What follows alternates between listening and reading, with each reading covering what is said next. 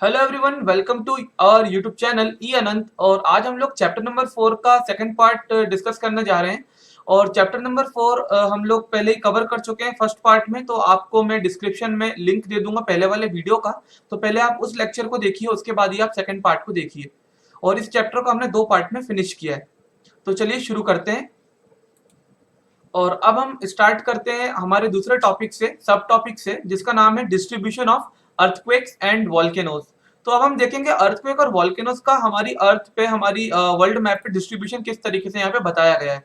तो ये red colour से जो पैराग्राफ यहाँ पे हाईलाइट आपको दिख रहा है, इसको आप लोग रीड कर लीजिएगा। और इसमें हमको 4.2 जो फिगर है उस पर थोड़ा फोकस करना है। तो ये रहा वो फिगर।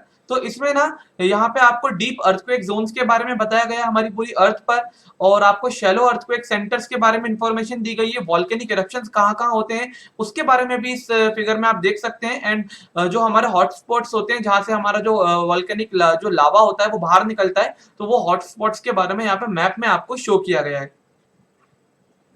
तो यहाँ पर इस पिक्चर में हम लोग देख सकते हैं कि सबसे पहले जो आपको यहाँ पे इन लोगों ने पॉइंट आउट करके बताया है कि ये जो आपको डार्क ग्रे कलर से जो एरिया डिनोट किया गया है यहाँ पे, इसको हमने नाम दिया है डीप अर्थक्वेक जोन्स। मतलब यहाँ पे अर्थक्वेक ज्यादातर आपको देखने को मिलेंगे। तो आप देख सकते हैं, अगर हम हमारी कंट्री इंडिया की तरफ से बात करें, तो हमारी इंडिया में हिमालयन रीजन से लेकर नॉर्थ ईस्टर्न स्टेट्स तक का जो रीजन है, और ये चाइना की तरफ भी ये एरिया आगे फिर फैला हुआ है, इन एरियाज में आपको जनरली अर्थक्वेक हमेशा देखने को मिलेंगे। साल में कई बार यहाँ पे आपको अर्थक्वेक्स देखने को मिल सकते हैं। तो हमारे इंडिया में, और ये जो हमारे इंडिया में सेंट्रल इंडिया से जो सदर्न इंडिया तक का पोर्शन है, यहाँ पे जनरली आपको इतने भूकंप देखने को नहीं मिलते हैं।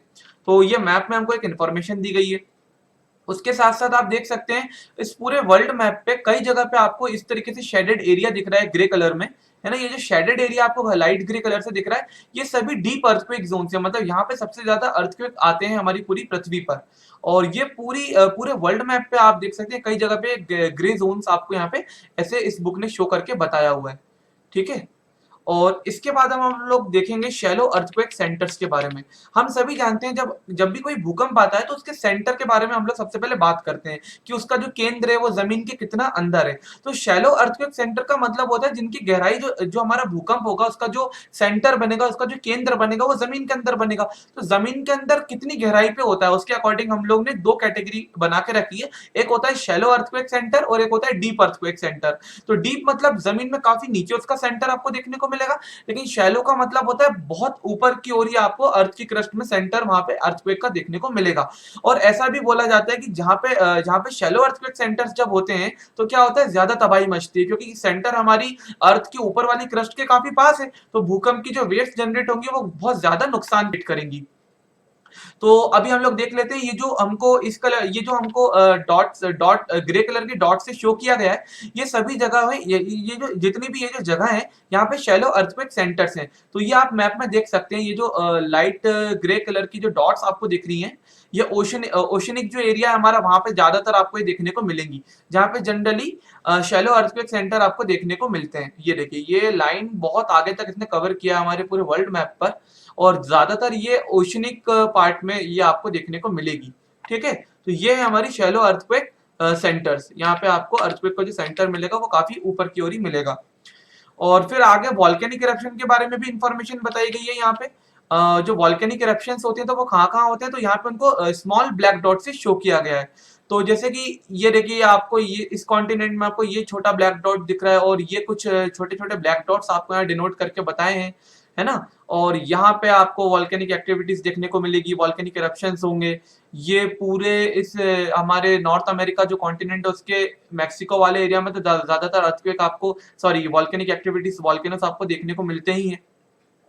और लास्ट में हम लोग देखेंगे हॉट स्पॉट्स के बारे में। तो हॉट स्पॉट्स क्या है, जहाँ से जनरली जो हमारा लावा है वो बाहर ज्यादातर निकलता है। तो ये हॉट स्पॉट्स है, यहाँ पे बहुत ज्यादा एक्टिविटीज आपको देखने को मिलेगी, है ना, वॉल्केनिक एक्टिविटीज जो हो गई। तो जैसे ये आपको बड़े बड़े जो डॉट्स यहाँ बुक में शो कर दिए हैं।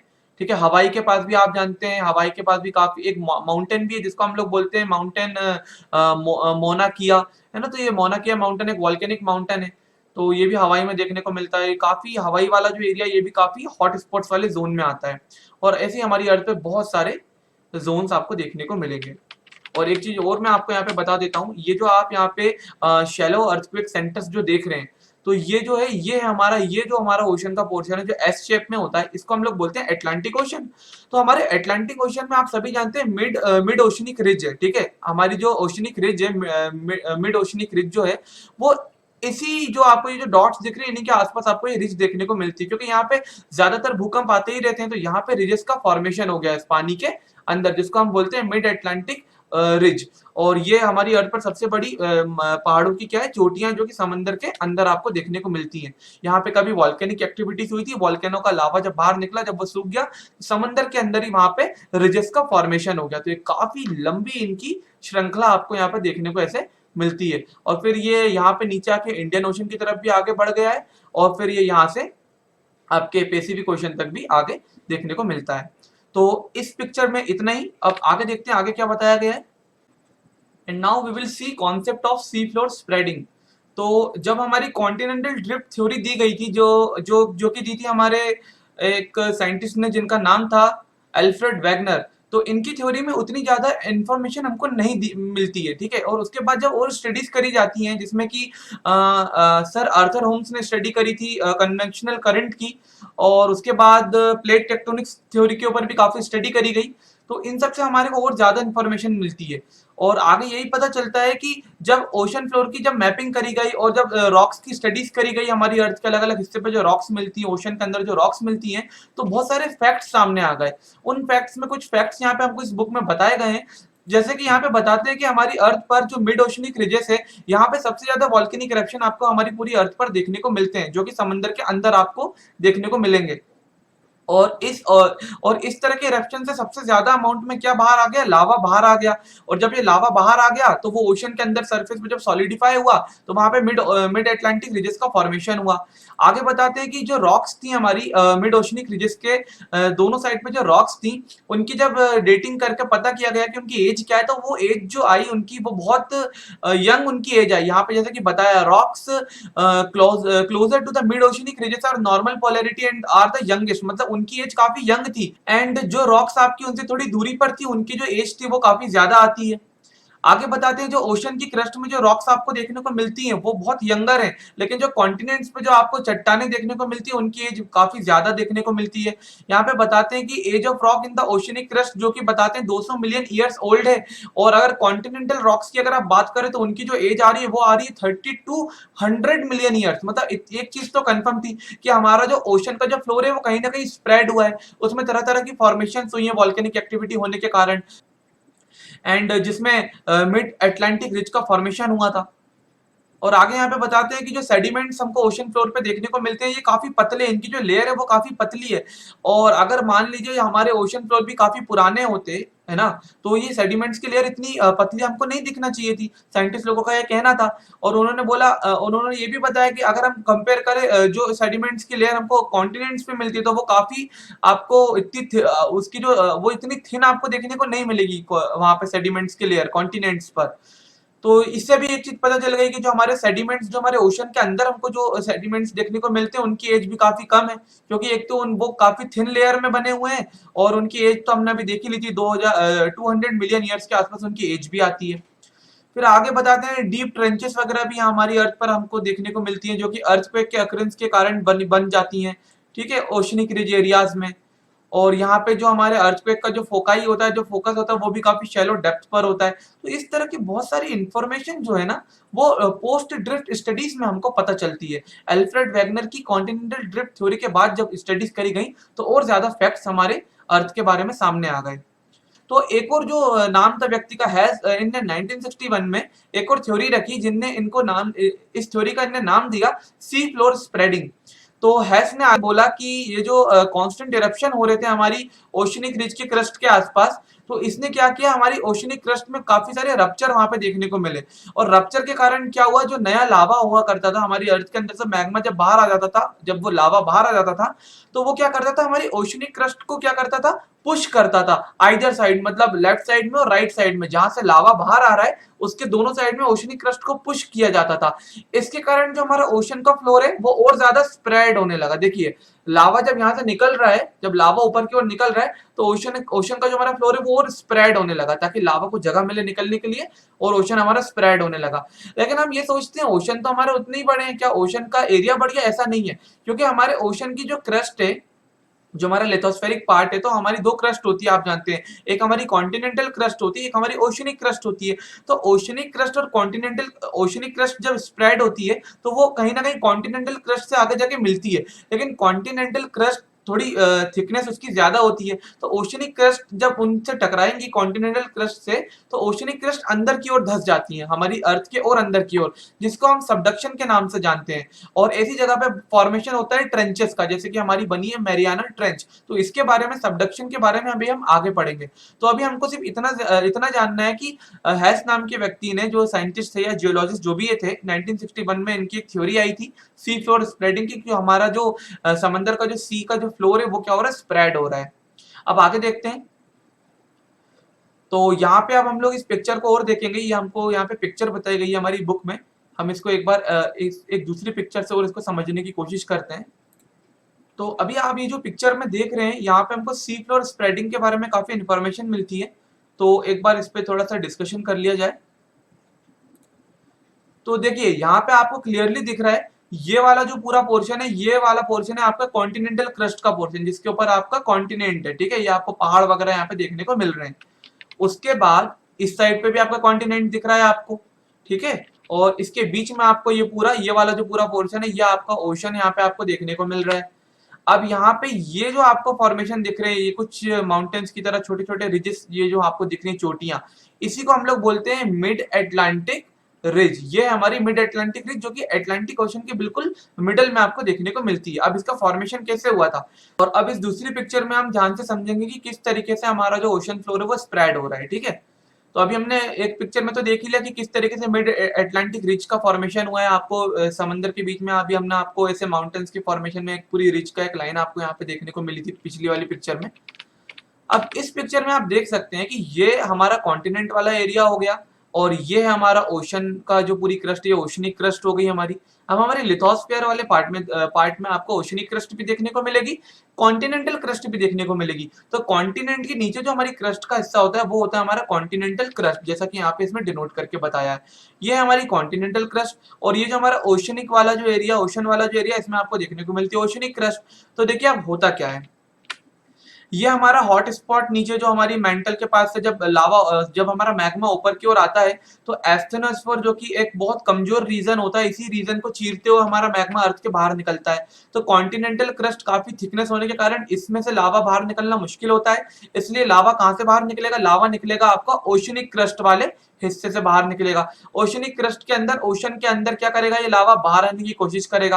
अब जब ये लावा बाहर आएगा तो काफी प्रेशर एक्सर्ट होगा अगल बगल वाली लेयर्स पे। तो ओशनिक क्रस्ट में लेफ्ट साइड पे भी प्रेशर एक्सर्ट हो रहा है और राइट साइड में भी प्रेशर एक्सर्ट हो रहा है। इस प्रेशर के कारण क्या होगा, ओशनिक क्रस्ट में मूवमेंट देखने को मिलेगा, लेफ्ट साइड में भी और राइट साइड में। इस तरीके से ओशनिक क्रस्ट का क्या हो रहा है, ओशनिक क्रस्ट का स्प्रेडिंग आपको यहाँ पे देखने को मिलती है। और यहाँ बीच में तो आपकी बन जाएंगी, ओशनिक स्प्रेडिंग के कारण क्या बन जाएंगे, रिजेस का फॉर्मेशन होगा। ये जो आपको यहाँ पे एरिया दिख रहा है ना, ये जो आपको पूरी लाइन दिख रही है, यहाँ तो दूर दूर तक आपको रिजेस का फॉर्मेशन देखने को मिलेगा। अब ये जो स्प्रेडिंग हुई है ओशनिक क्रस्ट की, तो अब जब ये ओशनिक क्रस्ट इस तरफ आगे बढ़ेगी, देखिए आप यहाँ पे ध्यान से, जब ये ओशनिक क्रस्ट इस तरफ आगे बढ़ रही है, और ये जो कॉन्टिनेंटल क्रस्ट है, तो ये कॉन्टिनेंटल क्रस्ट जो है हमारी काफी थिक होती है, मतलब ये काफी एक तरह से बोल सकते हैं भारी और काफी मजबूत आपका क्रस्ट का हिस्सा है। तो ओशनिक क्रस्ट इसको तो नहीं हटा सकती। तो ओशनिक क्रस्ट क्या करती है, ओशनिक क्रस्ट कॉन्टिनेंटल क्रस्ट से जब टकराती है, जब इन दोनों के बीच में कोलिजन होता है, तो क्या होगा, ये वाली क्रस्ट हमारी नीचे की ओर धंसने लग जाएगी। देखिए कॉन्टिनेंटल क्रस्ट तो यहीं पर है, लेकिन ये जो हमारी ओशनिक क्रस्ट है, ये देखिए ये नीचे की ओर जाने लगी। इस तरीके के प्रोसेस को हमने यहाँ पे नाम दिया है सबडक्शन। ओशनिक क्रस्ट का जो पोर्शन हमारा नीचे जाने लगता है, उत्तर पोर्शन में जो प्लेट है उसका हमने नाम यहाँ पे दिया सबडक्टिंग प्लेट। अब जब ये पोर्शन नीचे जा रहा है, ठीक है, आप देख सकते हैं यहाँ पे, अब जब ये पोर्शन नीचे जाता है और कॉन्टिनेंटल क्रस्ट तो वहीं पर है, तो जब ये पोर्शन नीचे जाता है तो यहाँ पे कुछ वी टाइप का कुछ इस तरीके से शेप बनता है, ठीक है। और इन्हीं शेप्स में आपको देखने को मिलती है ट्रेंचेस। क्या देखने को मिलती है, ट्रेंचेस, जो कि बहुत गहरी गहरी कैविटीज है हमारे ओशन के अंदर, जिसमें एक एग्जांपल आप जानते हैं मैरियाना ट्रेंच के बारे में। तो इस तरीके से ट्रेंचेस का फॉर्मेशन होता है। और ट्रेंचेस का फॉर्मेशन कहाँ पे होगा? जहां पे सी फ्लोर स्प्रेडिंग के कारण ओशनिक क्रस्ट कॉन्टिनेंटल क्रस्ट के बीच में टकराव होगा। ओशनिक क्रस्ट आपकी कॉन्टिनेंटल क्रस्ट के नीचे धंसने लगेगी, जिसको हम लोग बोलते हैं सबडक्शन की प्रोसेस। और सबडक्शन प्रोसेस, तो इस एरिया की जो भी प्लेट है उसका हम लोग नाम दे देंगे सबडक्टिंग प्लेट। और ये नीचे की ओर लगातार बढ़ती चली जाएगी और ये ट्रेंच की जो हाइट होगी ये भी आपकी ट्रेंच की जो आपकी डेप्थ होगी वो भी आपकी बढ़ती चली जाएगी। तो कुछ इस तरीके से होती है ओशनिक फ्लोर की स्प्रेडिंग। तो मेन कारण तो उसका यही है जो हमको याद रखना है। नीचे से लावा ऊपर आता है, कॉन्टिनेंटल क्रस्ट को नहीं ब्रेक कर सकता लावा, ये काफी थिकनेस होती है इसकी। ओशनिक क्रस्ट की थिकनेस काफी कम होती है, यहाँ से लावा ब्रेक करके बाहर निकलता है। समंदर के अंदर रिजेस का फॉर्मेशन होता है। लावा के निकलने के साथ साथ लेफ्ट साइड में भी प्रेशर क्रिएट हो रहा है, राइट साइड में भी प्रेशर क्रिएट हो रहा है। ये दोनों प्लेट्स अगल बगल खिसकेंगी और जब ये कॉन्टिनेंट से टकराएंगी, कहीं से भी ये जब प्लेट कॉन्टिनेंट से टकराएंगी तो वहां पे सबडक्शन की प्रोसेस होगी और वहां पे सबडक्टिंग प्लेट का क्रिएशन होगा और यहाँ पे हमको वी शेप में ट्रेंचेस का फॉर्मेशन देखने को मिलेगा। तो ये है सारी इंफॉर्मेशन ओशनिक फ्लोर के स्प्रेडिंग के बारे में, सबडक्टिंग प्लेट के बारे में, किस तरीके से ट्रेंचेस बनती है उसके बारे में भी इस पिक्चर में हमने काफी चीजें जानी। अब आगे हम बात करते हैं, एक दूसरा टॉपिक है, ये भी बहुत इंपॉर्टेंट टॉपिक है। तो यहाँ पे अब हम लोग स्टार्टिंग करेंगे अगले टॉपिक से, प्लेट टेक्टोनिक्स। तो दो थ्योरी तो हम लोग पढ़ चुके हैं। कॉन्टिनेंटल ड्रिफ्ट थ्योरी के बारे में हम जानते हैं जो कि सर अल्फ्रेड वैगनर ने हमको दी थी, और उनके बाद उनकी थ्योरी को गलत साबित करते हुए एक और नई थ्योरी आती है, convectional current theory, and this theory was given by sir Arthur Holmes. अब एक और तीसरी थ्योरी हमको पढ़नी है, प्लेट टेक्टोनिक्स। तो अभी जितनी भी थ्योरी है उसमें हमने सिर्फ ये जाना कि जो हमारे कॉन्टिनेंट्स है ना वही क्या कर रहे हैं, सालों साल क्या कर रहे हैं, धीरे धीरे मूव करते हैं। ठीक है, अब यहाँ पे कुछ और ही चीज हमको पता चलेगी। यहाँ पे हमको ये पता चलेगा प्लेट टेक्टोनिक्स थ्योरी में कि कॉन्टिनेंट्स का मूवमेंट नहीं होता है, कॉन्टिनेंट्स अपनी जगह पर ही हैं, लेकिन कॉन्टिनेंट्स अर्थ की क्रस्ट में बहुत सारी प्लेट्स होती है। तो जिस प्लेट्स पे वो कॉन्टिनेंट्स की पोजीशन होती है उन प्लेट्स का मूवमेंट होता है। और हमारी अर्थ क्रस्ट में बहुत तरह तरह की प्लेट्स हैं जिनका क्या होता है, टेक्टोनिक प्लेट्स हैं जिनका मूवमेंट होता है। तो इसके बारे में आप जानते हैं आगे। तो 1967 आ चुका था और मैकेंजी, पार्कर एंड मॉर्गन, ये तीनों ने मिलकर इंडिपेंडेंटली, इन तीनों ने रिसर्च करी इंडिपेंडेंटली और कलेक्ट किए बहुत सारे आइडियाज, जिसकी हेल्प से इन लोगों ने एक और कॉन्सेप्ट को तैयार किया और इस कॉन्सेप्ट का नाम इन लोगों ने दिया प्लेट टेक्टोनिक्स। और ये बहुत इंपॉर्टेंट थ्योरी है। और टेक्टोनिक का मतलब होता है, और टेक्टोनिक प्लेट जिसको हम क्या बोलते हैं, लिथोस्फेरिक प्लेट, मतलब लिथोस्फेयर वाले हिस्से में जो प्लेट्स हैं उनको हम टेक्टोनिक प्लेट्स बोला करते हैं। और ये बहुत मैसिव होती हैं, इररेगुलरली इनका शेप होता है, irregularly shaped slab of solid rock, मतलब सॉलिड रॉक के बहुत बड़े बड़े स्लैब होते हैं हमारी अर्थ क्रस्ट के नीचे। और बहुत सारी ऐसी आपको टेक्टोनिक प्लेट्स देखने को मिलती है हमारी अर्थ पर, जिनके बारे में अभी हम आगे पढ़ेंगे। मेजर प्लेट्स में डिवाइडेड है और माइनर प्लेट्स भी हैं कुछ। और ये जो हमारी टेक्टोनिक प्लेट्स होती हैं, जानने वाली चीज ये है कि इसमें आपको कॉन्टिनेंट वाला पोर्शन भी देखने को मिलेगा और ओशनिक पोर्शन भी देखने को मिलेगा। मतलब लिथोस्फीयर वाले पार्ट में, जमीन वाले हिस्से में ओशन का हिस्सा भी आता है, कॉन्टिनेंट्स भी आ जाते हैं, और टेक्टोनिक प्लेट्स जो हैं इसमें आपको कॉन्टिनेंट्स भी देखने को मिलेंगे और ओशंस भी देखने को मिलेंगे। लेकिन यहाँ पे आगे और चीज हमें बताते हैं कि ये जो हमारी प्लेट्स होती हैं ये हॉरिजॉन्टली मूव करती हैं। ठीक है, ये हॉरिजॉन्टली मूव करती हैं किसके ऊपर, एस्थेनोस्फीयर के ऊपर। किसके ऊपर, एस्थेनोस्फीयर के ऊपर। तो हमारी प्लेट्स की पोजीशन कहाँ पे है, एस्थेनोस्फीयर वाले जोन के ऊपर है हमारी tectonic plates. And the lithospheric and the lithosphere includes the crust and the top mantle with its thickness range varying between 5 to 100 kilometre. मतलब जो हमारा लिथोस्फीयर है उसमें क्रस्ट का हिस्सा आता है और मेंटल का ऊपर का हिस्सा आता है, और इस लिथोस्फीयर वाले पार्ट की जो थिकनेस है वो है 5 से लेके 100 किलोमीटर तक ओशनिक पार्ट्स में, और 200 किलोमीटर तक कॉन्टिनेंटल एरियाज में। तो ये वेरी करता है कॉन्टिनेंट्स और ओशंस में लिथोस्फीयर का थिकनेस। आगे बताते हैं हर वो प्लेट आगे बताते हैं कि a plate may be referred to as the continental plate. मतलब कोई भी टेक्टोनिक प्लेट को कॉन्टिनेंटल प्लेट तब बोला जाएगा या फिर ओशनिक प्लेट कब बोला जाएगा, इसको हम देख लेते हैं। अगर किसी भी टेक्टोनिक प्लेट में सबसे ज्यादा हिस्सा कॉन्टिनेंट्स कवर कर लेते हैं तो इस तरह के प्लेट को हम नाम देंगे कॉन्टिनेंटल प्लेट। और अगर किसी टेक्टोनिक प्लेट में सबसे ज्यादा जो हिस्सा कवर किया गया वो ओशनिक प्लेट ने कवर किया है या ओशंस ने कवर किया, तो उस तरह के प्लेट को हमने नाम दिया है ओशनिक प्लेट्स। ठीक है, आगे देखते हैं। Pacific plate is largely an oceanic plate. मतलब जो हमारा पैसिफिक प्लेट है जिसको अभी हम मैप में देखेंगे वो एक्चुअली में हमारी ओशनिक प्लेट है, और जो यूरेशियन प्लेट है उसको हम लोग कॉन्टिनेंटल प्लेट के नाम से जानते हैं। क्योंकि यूरेशियन प्लेट में सबसे ज्यादा आपको कॉन्टिनेंट्स वाला हिस्सा देखने को मिलता है, इसलिए इस प्लेट को हम जनरली किसमें कंसिडर करेंगे, कॉन्टिनेंटल प्लेट में। आगे बताते हैं जो थ्योरी है हमारी प्लेट टेक्टोनिक की, इसने हमारी अर्थ के लिथोस्फीयर को 7 मेजर प्लेट्स में और कुछ छोटी छोटी माइनर प्लेट्स में डिवाइड किया है। The plate tectonics theory divides the earth lithosphere in different different plates, 7 major plates, 7 major plates हैं, बड़ी बड़ी प्लेट्स हैं, और सम माइनर प्लेट्स और कुछ छोटी छोटी प्लेट्स हैं। और इन्हीं प्लेट्स में आपको यंग फोल्ड माउंटेन्स के बारे में बताया जाता है, ट्रेंचेस का फॉर्मेशन भी इन्हीं प्लेट्स में हो रहा है, एंड फॉल्ट्स जो है वो भी इन्हीं प्लेट्स के आसपास आपको देखने को मिलती हैं।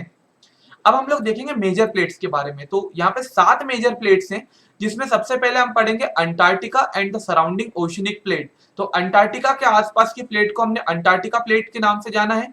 उसके बाद नॉर्थ अमेरिकन प्लेट आती है, then we have South American plate. उसके बाद पैसिफिक प्लेट, जिसको अभी हमने जाना कि ये पूरी एक ओशनिक प्लेट है। And India Australia New Zealand plate, मतलब हमारा इंडिया ऑस्ट्रेलिया और जो न्यूजीलैंड वाला एरिया है वो एक ही प्लेट का हिस्सा है। एंड अफ्रीकन प्लेट भी हो जाती है, और फिर लास्ट में जो हमारी कॉन्टिनेंटल प्लेट है जिसको हमने बोला यूरेशिया, है ना, यूरेशियन प्लेट। उसके बाद सम इंपॉर्टेंट माइनर प्लेट्स के बारे में भी हमको यहाँ पे लिस्ट दी गई है, जो छोटी छोटी प्लेट्स हैं जिनका जो एरिया है वो काफी छोटा है। तो उसमें आपको कोकोस प्लेट दिखती है, जो कि सेंट्रल अमेरिका और पैसिफिक प्लेट के बीच में आपको देखने को मिलेगी। Then we have Nazca plate. Nazca plate आपको साउथ अमेरिका और पैसिफिक प्लेट के बीच में देखने को मिलेगी। Then Arabian plate, Philippine plate, and Caroline plate and Fiji plate. अब इन सब का हम लोग एक काम करते हैं, एक मैप में पूरा समझते हैं कि कैसी है ये सारी हमारी प्लेट्स। तो अभी हम जो स्क्रीन पे देख रहे हैं, इसमें हमारी अर्थ में जितनी भी मेजर और माइनर प्लेट्स है उसके बारे में इंफॉर्मेशन दी गई है। ठीक है, तो हम इस पे अब डिस्कशन कर लिया जाए। चलिए देखते हैं। तो आप जानते हैं ये है हमारी country India, and sorry, this is R India. And India के ऊपर ये चाइना वाला पोर्शन है, एंड ये जो पूरा कॉन्टिनेंट है ये हमारा एशिया कॉन्टिनेंट है। और एशिया कॉन्टिनेंट में अगर आप यूरोप कॉन्टिनेंट को भी मिला लें तो बनता है हमारा सबसे बड़ा कॉन्टिनेंट, जो कि होता है यूरेशिया। और इसी के प्लेट को हमने नाम दिया है यूरेशियन प्लेट। तो ये Eurasian plate completely continental plate है। आप देख सकते हैं सबसे ज्यादा जो हिस्सा है इस यूरेशियन प्लेट का, ये जो पूरा हिस्सा आपको इस यूरेशियन प्लेट में यहाँ पे आपको ये कुछ इस तरीके से देखने को मिल रहा है। ठीक है, ये आपका पूरा कॉन्टिनेंट से कवर हो चुका है। देखिए आप, ये इतना कुछ पोर्शन यूरेशियन प्लेट का हमारा पूरा कॉन्टिनेंट से घिरा हुआ है। अब हमने यहाँ पे देखा था कि जो हमारा इंडिया है और जो ऑस्ट्रेलिया है और जो ये जो न्यूजीलैंड वाला जो पोर्शन है, ठीक है, ये सब एक ही प्लेट के अंदर आते हैं, और इस प्लेट का नाम दिया गया है इंडो ऑस्ट्रेलियन प्लेट। ठीक है, तो ये भी हमने यहाँ पे देखा। हमारा जो पैसिफिक ओशन है वो ज्यादातर किस प्लेट का ऊपर आपको देखने को मिलेगा, पैसिफिक प्लेट के ऊपर। इस पैसिफिक प्लेट में ज्यादातर आपको छोटे मोटे आइलैंड्स ही देखने को मिलेंगे, कॉन्टिनेंट्स यहाँ पे बिल्कुल देखने को नहीं मिलेंगे। पूरी की पूरी पैसिफिक प्लेट ओशन से कवर है। उसके बाद हमने अभी देखा था कि दो छोटी छोटी और प्लेट्स हैं। ठीक है, तो अभी हमने देखा था कोकोस प्लेट, जो कि आपकी साउथ अमेरिका और पैसिफिक प्लेट के बीच में आती है। देखिए मैं आपको बताता हूं, एक सेकेंड। ये वाला जो पूरा पोर्शन है हमारा, देखते हैं यहाँ पे, ये वाला जो पूरा पोर्शन है यहाँ पे रिंग ऑफ फायर देखने को मिलती है, यहाँ पे सबसे ज्यादा वॉल्केनिक एक्टिविटीज होती है। ठीक है, ये पूरा पोर्शन तो हमारा पैसिफिक प्लेट है। ठीक है, यहाँ तक पूरा, ये पूरी पैसिफिक प्लेट्स ने यहाँ पे कवर करके रखा है। सॉरी, है ना, ये हमारी पैसिफिक प्लेट हो गई। और उसके बाद हमारी साउथ अमेरिकन प्लेट आपको ये देखने को मिल रही है, ये इतना पोर्शन कुछ आपको देखने को मिल रहा है यहाँ पे साउथ अमेरिकन प्लेट का। और यहाँ ऊपर आपको देखने को मिल रही है नॉर्थ अमेरिकन प्लेट, जिसमें नॉर्थ अमेरिका पूरा कॉन्टिनेंट है। अब यहाँ पे आप देखिए, यहाँ पे आपको दिख रहा होगा कि ये जो कोकोस प्लेट है, जिसको मैं ये रेड लाइन से हाईलाइट कर रहा हूँ, ये कोकोस प्लेट आपको हमारी पैसिफिक प्लेट और साउथ अमेरिकन प्लेट के बीच में देखने को मिलती है। और और हम ये भी बोल सकते हैं पैसिफिक प्लेट और नॉर्थ अमेरिकन प्लेट के बीच में कोकोस प्लेट है। और उसके ठीक नीचे आपको उससे थोड़ी बड़ी प्लेट देखने को मिलेगी, जिसको हमने नाज़का प्लेट के नाम से जाना है। ये भी आपकी पैसिफिक प्लेट और साउथ अमेरिकन प्लेट के बीच में एक प्लेट देखने को मिलती है। और नीचे से इसके आपकी ये वाला जो पोर्शन आपको दिख रहा है, ये आपकी पूरी अंटार्कटिक प्लेट है। ये पूरी जो प्लेट है हमारी, ये अंटार्कटिका की प्लेट है। तो ये मेजर प्लेट्स का हिस्सा है अंटार्कटिक प्लेट। एंड आगे देखते हैं।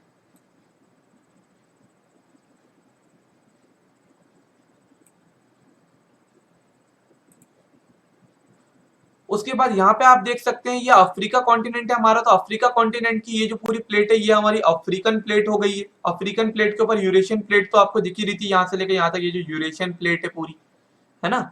और काफी छोटी छोटी प्लेट्स भी हैं।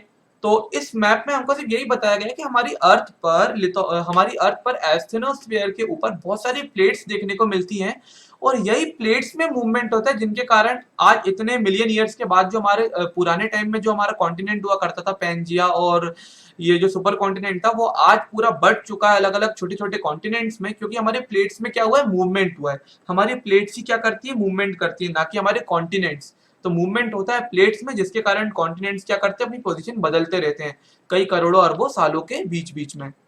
तो अभी हमने इतना सारा इस मैप से समझा। तो ये सारी प्लेट्स आप आराम से याद कर सकते हैं, ज्यादा नहीं है, 7 मेजर प्लेट्स हैं और कुछ माइनर प्लेट्स हैं। माइनर प्लेट्स में इंपॉर्टेंट नाज़का प्लेट हो जाएगी, कोकोस प्लेट हो जाएगी, एंड मेजर प्लेट्स तो आप देख ही सकते हैं, Eurasian, Indo Australian, Antarctica plate, Eurasian plate हो गई, नॉर्थ अमेरिकन प्लेट हो गई।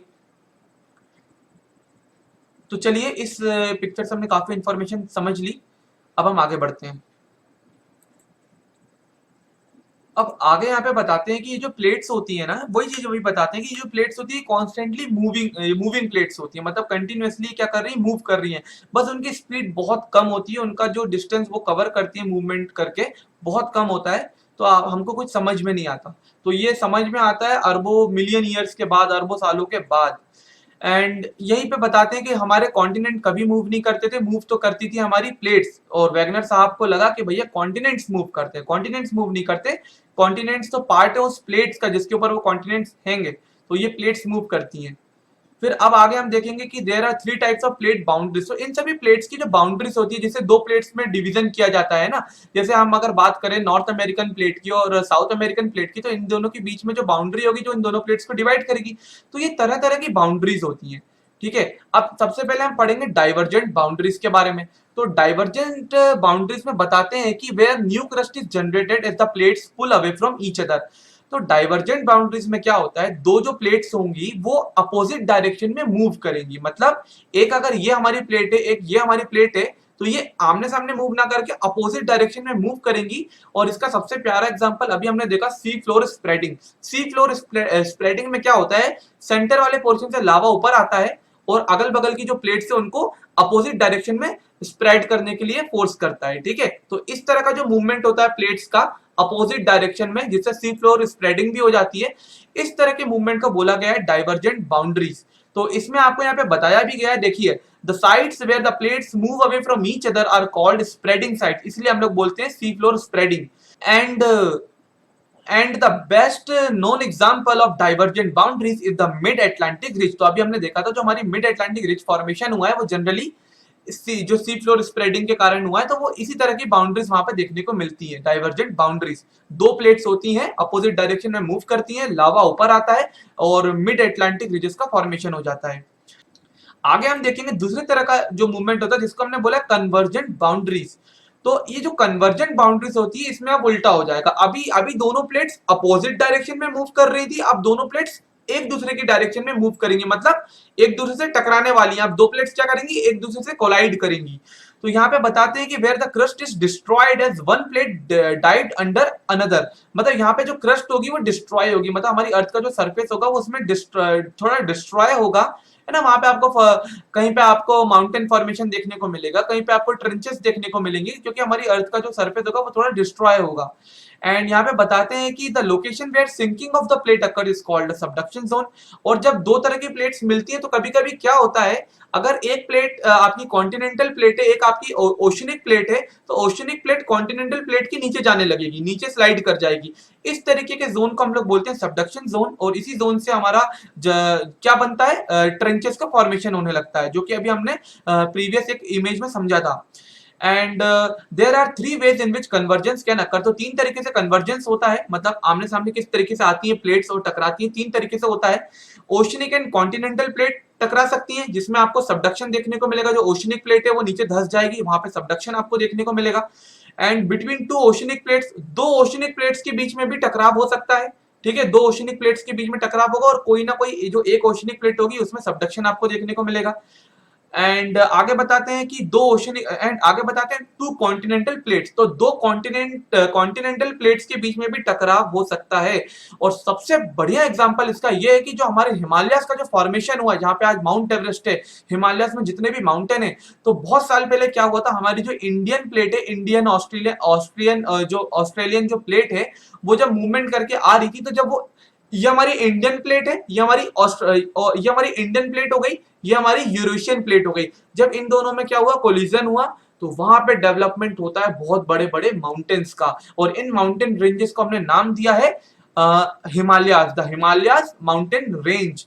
तो यहाँ पे आपको माउंट एवरेस्ट देखने को मिलता है। और ऐसा बोलते हैं कि आज भी हर साल ये प्लेट आपस में टकरा रही है, इंडियन प्लेट और हमारी यूरेशियन प्लेट, और इसलिए हमारा जो माउंट एवरेस्ट है, और या फिर वहां पे जितने भी माउंटेन्स है हिमालयाज में, उनकी हाइट आज भी पर ईयर के हिसाब से, कुछ सेंटीमीटर के हिसाब से बढ़ती चली जा रही है। अब हम आगे देखेंगे, एक तीसरे तरह की बाउंड्रीज के बारे में जानते हैं, जिसको हमने बोला है ट्रांसफॉर्म बाउंड्रीज। अभी हमने दो तरह की बाउंड्रीज समझी, जब दो प्लेट्स अलग अलग डायरेक्शन में मूव करेंगी, सी फ्लोर की स्प्रेडिंग होगी। जब दो प्लेट्स आमने सामने बिल्कुल टकराएंगी और बड़े बड़े माउंटेन्स का फॉर्मेशन होगा, जिसमें हिमालयास आ जाता है। अब एक और होती है जिसमें हमारी ना तो प्लेट अलग अलग डायरेक्शन में स्प्रेड होगी, ना तो आमने सामने टकराएगी। अब जो हमारी प्लेट्स हैं वो क्या कर रही हैं, वो आप समझ सकते हैं, अब प्लेट हमारी कुछ इस तरीके से स्लाइड कर रही है। And in the third type of boundaries we have transform boundaries. और यहाँ पे क्या होता है कि ना तो क्रस्ट का डिस्ट्रॉय, ना तो हमारी जो क्रस्ट है वो डिस्ट्रॉय होगी, ना तो हमारी क्रस्ट का स्प्रेडिंग होगी। यहाँ पे सिर्फ ये होगा कि दो प्लेट्स हॉरिजॉन्टली मूव करेंगी, एक के एक अगल बगल एक दूसरे के, है ना, स्लाइड करेंगी। और इस तरीके से फॉर्मेशन होता है ट्रांसफॉर्म फॉल्ट्स का। एंड इसका सबसे प्यारा जो एग्जाम्पल है वो है हमारा सेनेंड्रियास फॉल्ट।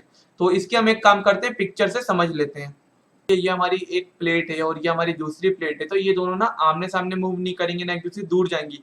ये लोग ना इस तरीके से मोशन करेंगे कि ये अगल बगल एक दूसरे के क्या कर रही है, स्लाइड कर रही है। तो ये वाली प्लेट ऊपर की ओर जा रही है, तो ये वाली प्लेट या इस डायरेक्शन में आ रही है। इस तरीके की प्लेट्स को हमने बोला है ट्रांसफॉर्म बाउंड्रीज। इस तरह की प्लेट बाउंड्रीज को हमने बोला है ट्रांसफॉर्म बाउंड्रीज। और इसका सबसे अच्छा एग्जांपल अभी आप स्क्रीन पे देख रहे हैं, ये हमारी सैन एंड्रियास फॉल्ट, जो कि कैलिफोर्निया में है। और यहाँ पे आप देख सकते हैं इस पिक्चर में कि ये जो आपको एक क्रैक्स है यहाँ पे इतना पूरा दिख रहा है ना, ये क्रैक इसलिए यहाँ पे क्रिएट हुआ है क्योंकि एक प्लेट आपकी इस डायरेक्शन में, सॉरी, क्योंकि एक ये वाली जो प्लेट होगी ये इस डायरेक्शन में मूव कर रही है, तो यहाँ पे जो प्लेट है वो इस डायरेक्शन में मूव कर रही है, तो इनके बीच में आपको क्रैक देखने को मिलता है। और इसलिए जो हमारे कैलिफोर्निया वाला जो एरिया है, ये सैन एंड्रियास प्लेट के आसपास, सैन एंड्रियास जो हमारा ये जो फॉल्ट है, सैन एंड्रियास फॉल्ट, इसके आसपास काफी ज्यादा भूकंप आपको देखने को मिलते हैं। ये बहुत बिल्कुल रेड जोन है, यहाँ पे कभी भी भूकंप आ सकता है। ठीक है, तो ये था हमारे तीनों तरह की बाउंड्रीज के बारे में हमने देखा। तो यहाँ पे जो रेट्स ऑफ प्लेट मूवमेंट के बारे में हमें बताया कि जो हमारी प्लेट्स है उनका मूवमेंट का भी एक रेट होता है ना। तो अलग अलग रेट्स आपको देखने को मिलेंगे अलग अलग प्लेट्स के। तो यहाँ पे बताते हैं कि अगर आप बात करें आर्टिक रिज के आसपास वाली जो प्लेट है, तो वहां पे मूवमेंट बहुत स्लो है, वो जो कि हैगा एक साल में सिर्फ 2.5 सेंटीमीटर ये प्लेट क्या करेंगी, मूवमेंट करेंगी। वहीं जो हमारी east Pacific rise near Easter island के पास जो हमारी प्लेट वाला जो हिस्सा है ना, तो ये है आपका, इसका जो फास्टेस्ट रेट यहाँ पे बताते हैं वो है 15 सेंटीमीटर पर ईयर। तो इस तरीके से अलग अलग प्लेट का जो रेट है मूवमेंट का वो अलग अलग हैगा। तो 2.5 सेंटीमीटर कम से कम मूवमेंट हो सकता है, मैक्सिमम 15 सेंटीमीटर पर ईयर का मूवमेंट आपको देखने को मिलता है। अलग अलग प्लेट से। And the force for the plate movement, लेकिन अब ये प्लेट मूव क्यों कर रही है, ऐसा कौन सा फोर्स है जो इन प्लेट्स को मूव कर दे रहा है, तो उसके बारे में हम पहले भी पढ़ चुके हैं। तो यहाँ पे वही चीजें बताई गई है, मैं आपको शॉर्ट में बताऊंगा। जैसा कि आर्थर होम्स ने अपनी थ्योरी में बताया था कि कन्वेक्शनल करंट क्रिएट होती है हमारी अर्थ के अंदर, और ये एक साइकिल, हमेशा हमारी अर्थ के अंदर एक साइकिल बनती जाती है कन्वेक्शनल करंट की। और उससे क्या होता है, जो मैग्मा होता है वो ऊपर की ओर पुश होता है, और जब वो मैग्मा ऊपर की ओर आता है तो वो वापस ठंडा होता है, और वो फिर एक साइकिल की तरह आप देख सकते हैं। मैं आपको फिर से बता देता हूँ, देखिए। तो मान लीजिए ये तो आपको ऊपर हमारी अर्थ का क्रस्ट वाला पोर्शन देखने को मिल रहा है, ठीक है। यहाँ पे आपका हैगा कोर, ठीक है, ये हो गई आपकी upper core, this is your upper core, ये इनर कोर हो गई आपकी। फिर ये वाला जो पूरा पोर्शन आपको यहाँ देखने को मिलता है, ये आपका मेंटल वाला एरिया है, ठीक है, this is your mental mental zone. यहाँ ऊपर आपको देखने को मिलेगा एस्थेनोस्फेयर, थोड़ा ऊपर की हाइट पर एस्थेनोस्फेयर। तो होगा क्या फिर देखिए, यहाँ से मैग्मा ऊपर की ओर बढ़ेगा क्योंकि कोर के पास काफी गर्मी होती है। मेंटल का जो मैग्मा है, जो सॉलिड रॉक्स क्या होती है, मोल्टन फॉर्म में आ जाती हैं, तो वो ऊपर की ओर जाएंगी। फिर ऊपर जाने पे वापस से उनका टेम्परेचर में अपना क्या होगा, उनका टेम्परेचर कम होगा, तो फिर वो वापस से नीचे आने लगेंगी। तो इस तरीके से पूरी एक साइकिल जनरेट हो जाएगी।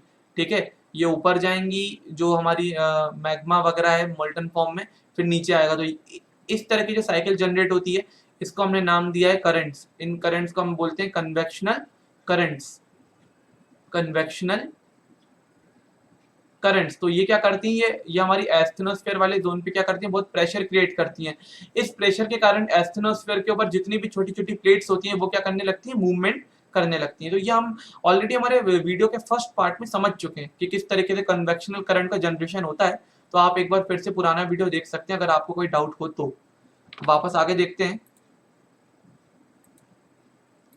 तो इसी तरह ये जो कन्वेक्शनल करंट होती है, इनके कारण क्या होता है, प्रेशर क्रिएट होता है और हमारी अर्थ में जितनी भी प्लेट्स है उनमें मूवमेंट होता है। एंड अब हमारा लास्ट जो टॉपिक है वो है हमारा movement of the Indian plate. तो इसमें जो हाईलाइटेड एरिया मैंने आपको शो किया है, इसको आप एक बार रीड जरूर कर लीजिएगा। तो बस यही बताया गया कि हमारी जो इंडियन प्लेट है वो भी काफी टाइम में मूव होते होते ऊपर की ओर आई है और यूरेशियन प्लेट से टकराई है, जहाँ पे फॉर्मेशन होता है हिमालयन माउंटेन रेंजेस का। तो ये देखिए, आप इमेज में देख सकते हैं कि पहले यूरेशियन प्लेट में, आज तो हमारी इंडियन प्लेट यूरेशियन प्लेट से बिल्कुल मिल चुकी है, लेकिन एक टाइम था जब उसकी पोजीशन आपको यहाँ देखने को मिल रही है। देखिए ये बता रहे हैं early India 71 million years ago, 55 million years ago के बाद वो यहाँ तक आया। देन इक्वेटर को उसने क्रॉस किया 38 मिलियन ईयर अगो पहले, और 10 मिलियन ईयर साल पहले उसकी पोजीशन बिल्कुल यहाँ तक आ गई थी। और आज का जो इंडिया वो बिल्कुल यूरेशियन प्लेट से टकरा चुका है और यहाँ पे फॉर्मेशन हो चुका है हमारे हिमालयन माउंटेन रेंजेस का। तो इस तरीके से हमारे इंडियन प्लेट का मूवमेंट यहाँ पे हमको एक फिगर की हेल्प से बताया गया है कि कितने हजारों करोड़ों सालों में, अरबों सालों में किस तरीके से जो मूवमेंट हुआ है वो यहाँ पे पता चलता है। और यहाँ नीचे बताते हैं कि during the movement of the Indian plate towards the Asiatic plate, जो कि हमारी यूरेशियन प्लेट है, a major event that occurred was the outpouring of lava and formation of the Deccan traps. तो जो हमारे इंडिया में डेक्कन ट्रेप वाला जो एरिया दिखता है उसका फॉर्मेशन भी, जब ये मूवमेंट जब आपको देखने को मिल रहा था, तो जब हमारे हिमालय का फॉर्मेशन हुआ था तो जगह जगह बहुत ज्यादा वॉल्केनिक एक्टिविटीज हुई थी, जिनका लावा बाहर निकला, पूरे इंडिया के काफी एरिया में स्प्रेड हो गया, और जब वो सूख गया तो वहां पे फॉर्मेशन होता है डेक्कन ट्रैप्स का। And this started somewhere around 60 million years ago and continued for a long period of time. ठीक है, तो इस चैप्टर में फिलहाल इतना ही। और काफी सारी चीजें हमने जानी, अलग अलग प्लेट्स के बारे में जाना, प्लेट्स के मूवमेंट के बारे में जाना, ट्रांसफॉर्म बाउंड्रीज के बारे में जाना, डाइवर्जेंट बाउंड्रीज देखी, कन्वर्जेंट बाउंड्रीज देखी, और कॉन्टिनेंटल ड्रिफ्ट थ्योरी हमने पढ़ी, हमने कन्वेक्शनल करंट थ्योरी पढ़ी, हमने प्लेट टेक्टोनिक्स थ्योरी के बारे में जाना, हमने सी फ्लोर स्प्रेडिंग को जाना कि किस तरीके से हमारा सी फ्लोर आज भी स्प्रेड हो रहा है, हमने देखा कि ट्रेंचेस का फॉर्मेशन कैसे होता है। तो आई होप आप लोगों को लेक्चर समझ में आ गया होगा, और प्लीज सब्सक्राइब करिए ई अनंत को, और मिलते हैं अगले लेक्चर में अगले चैप्टर के साथ। तब तक के लिए take care and thank you very much.